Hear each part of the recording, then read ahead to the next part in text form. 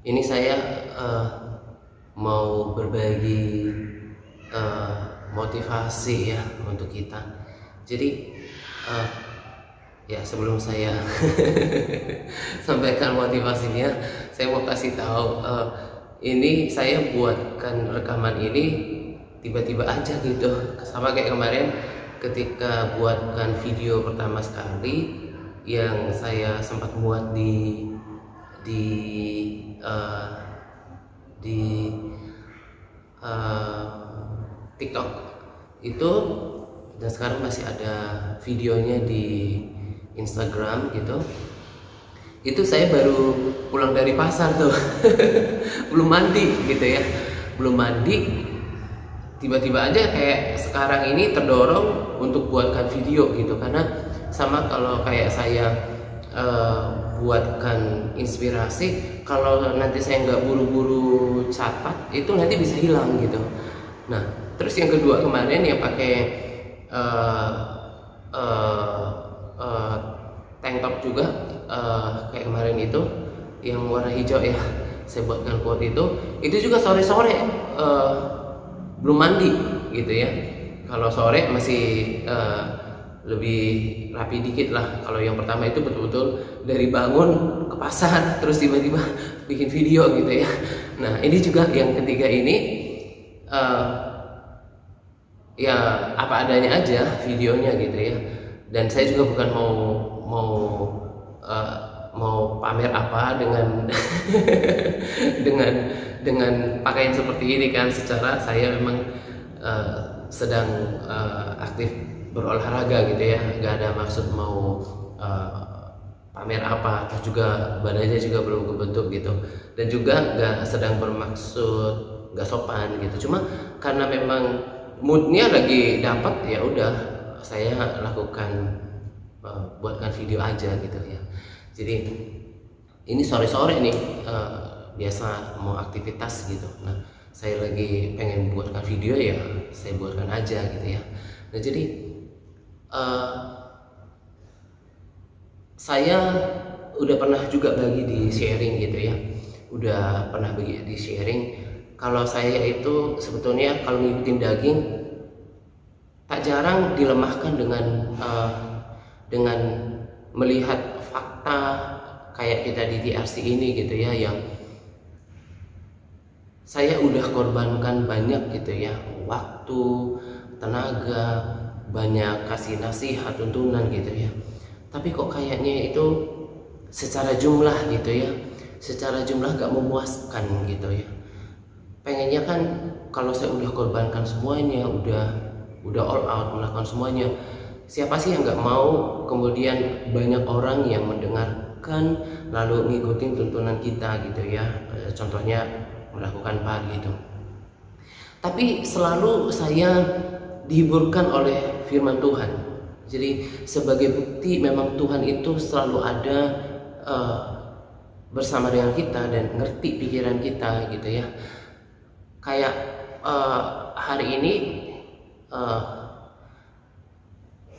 ketika saya baca firman gitu, sore ini saya baru baca firman karena pagi tadi ke dokter gigi gitu ya.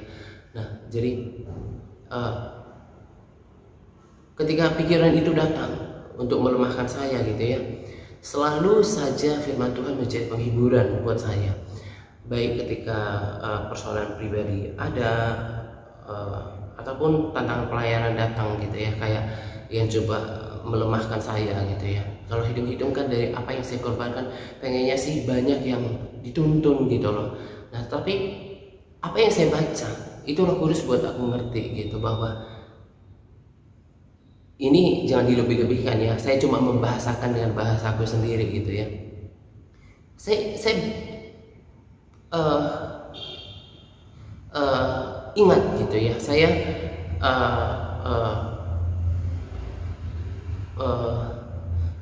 disadarkan dengan umat pilihan Israel ketika Tuhan membawa mereka keluar dari tanah Mesir, tanah perbudakan. Faktanya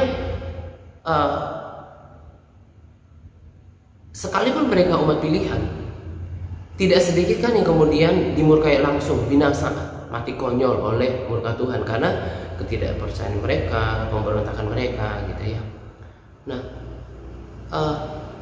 lalu bukan cuma itu, Alkitab mencatat bahwa kemudian mereka yang dibawa keluar dari tanah Mesir itu umat pilihan loh.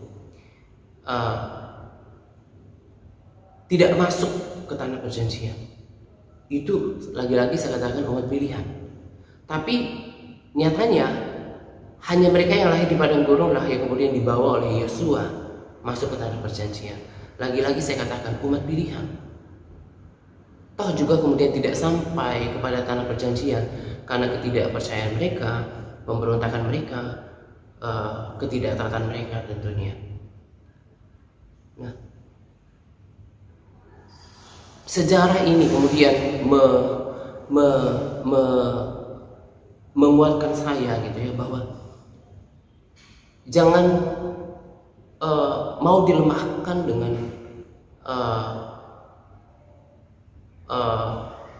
kalau cuma urusan kualitas.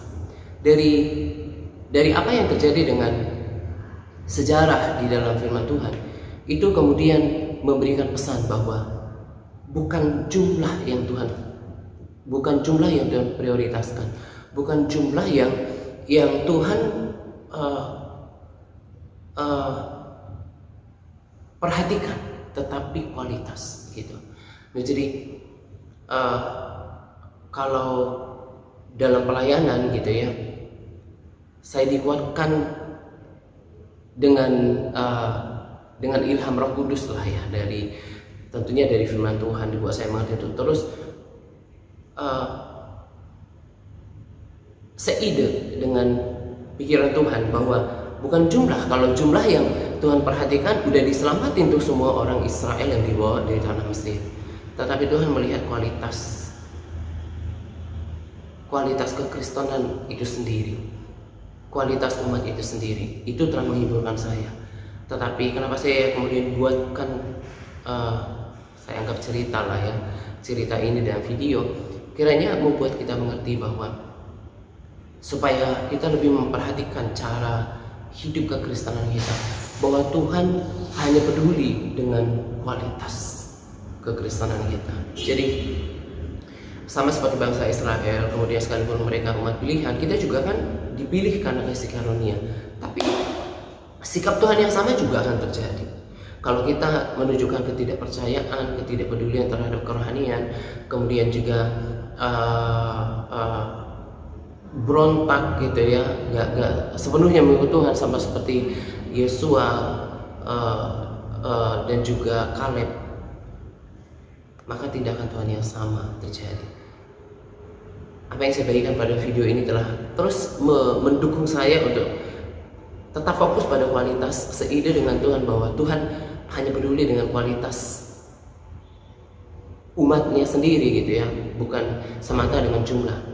Tapi juga kiranya jadi motivasi buat kita dan peringatan bahwa jangan merasa kemudian merasa sudah nyaman karena udah menerima kasih karunia lah gitu ya, udah percaya Yesus. Kalau kita sama tidak menunjukkan kualitas sebagai seorang umat yang menyenangkan hati Tuhan, yang ngerti kehendak Tuhan gitu ya, nggak hidup seturut dengan kehendak Tuhan.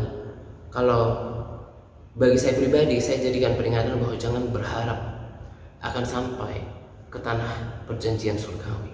Nah, kiranya apa yang saya bagikan pada video ini, sebetulnya saya buat konsep agak santai sih. Jadi mungkin ini kayak cerita gitu ya, kayak cerita saya lah gitu ya. Karena kalau saya buatkan quote itu kan lebih singkat gitu, atau mungkin juga ada yang inspirasi gitu. Nah, ini tepatnya mungkin kayak cerita saya lah ya, cerita pas gitu ya, yang mudah-mudahan bersambung. Dan ke depan juga kayaknya pengen buatkan video aja yang video sharing gitu ya. Sebetulnya kadang-kadang saya nggak percaya diri loh di depan kamera gitu. Ini terus belajar untuk kayak nggak nganggap ada kamera di depan saya supaya nggak grogi gitu ya. Nah, karena mungkin dengan mimik wajah atau ekspresi itu lebih pada memberikan penekanan kepada orang yang para sahabat saudara yang mendengarkannya gitu ya. Nah, kiranya cerita saya pada sore hari ini tetap bermakna, memberikan motivasi, kemudian peringatan kepada kita untuk tetap memilih menjadi orang Kristen yang berkualitas dengan standar ketaatan, hidup dalam kehendak Tuhan, dan tidak hanya puas menjadi umat pilihan yang mereka kemudian dibinasakan di padang gurun dan tidak sampai masuk ke tanah perjanjian.